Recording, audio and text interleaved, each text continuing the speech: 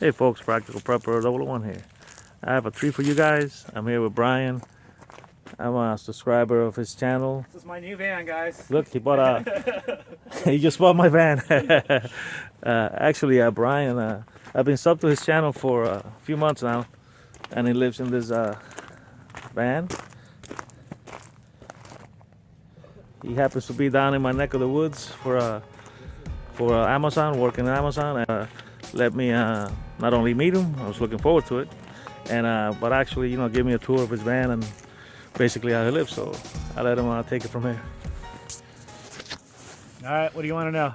Okay, basically, give us a quick tour of your van. Yeah, for sure. This is the 97 Dodge short Ram van. I actually don't even know how long it is, but it's the shortest van they make with the V6. I bought it, cargo van. It was an AT&T service van. Basically all it had in it was tool racks in the side there, so I removed those. It did have a different style roof rack that I removed because this one I got would be better for solar panels. So I basically started from scratch. It was just a gutted. You have a 100-watt solar panel. 100-watt solar panel on top. I have another solar panel I'm going to install in a couple days to make 200 watts. So it's got power to run a 12-volt fridge. I didn't do any house cleaning before, so you can see my van in its natural state. It's a small space, so you make do with as little room as possible. I do have my 12-volt fridge under here. This is kind of my cooking area. You can see here with the stove. I have a little ceramic heater that I'm using to stay warm when I have hookups here. And this is just your basic Coleman single burner, Coleman Walmart, Power Pack, yeah.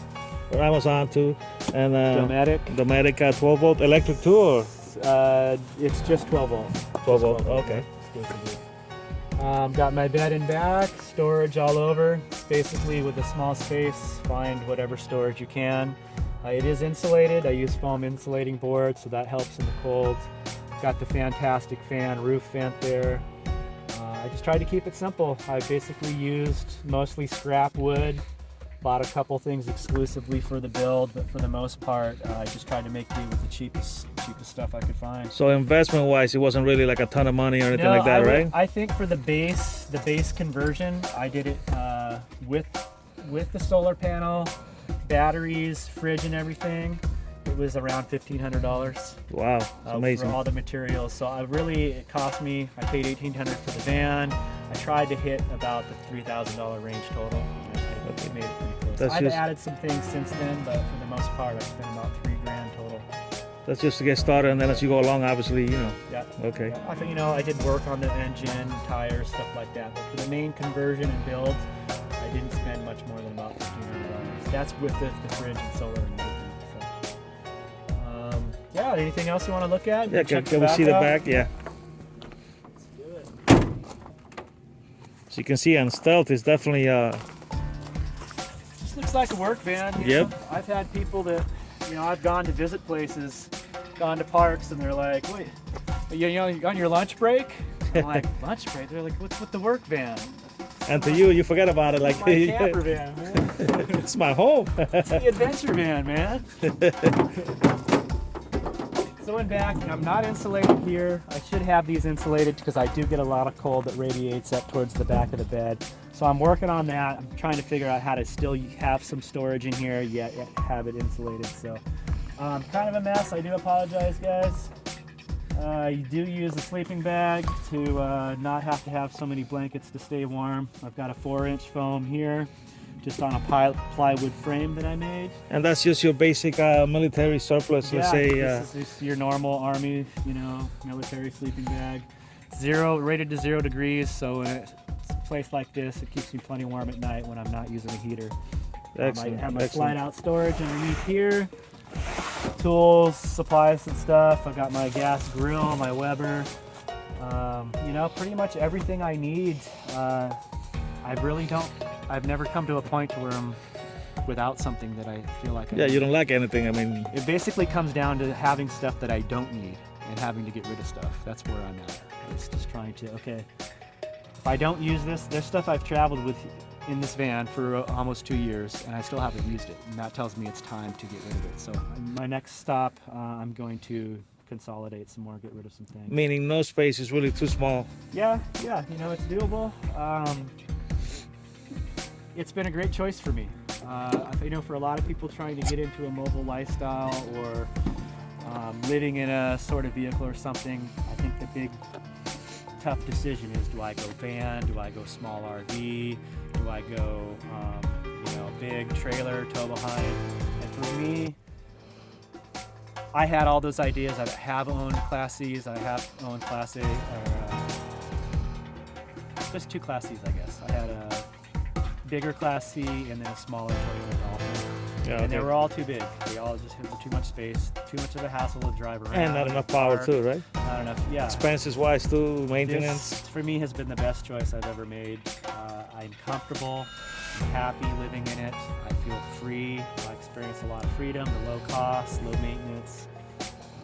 For me, it's a great choice. I would recommend anyone starting out with a van, and as you grow to like the lifestyle and feel you need more space, upgrade from there. Which is where we're at, because that's what we're gonna do with my van.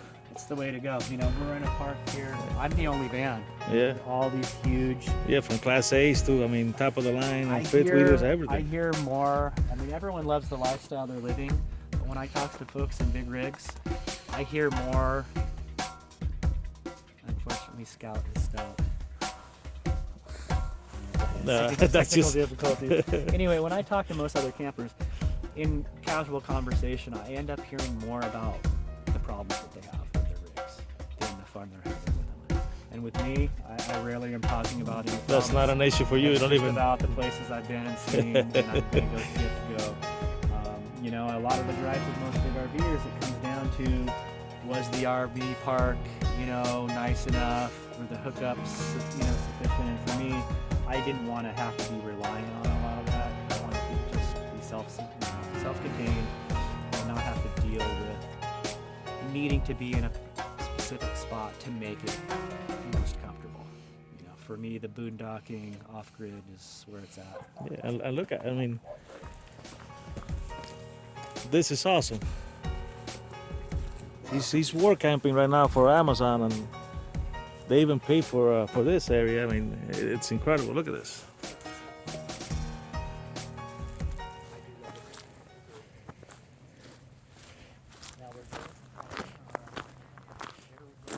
Showing you around. He's got his sewer hookup. He's got electric. He's got water.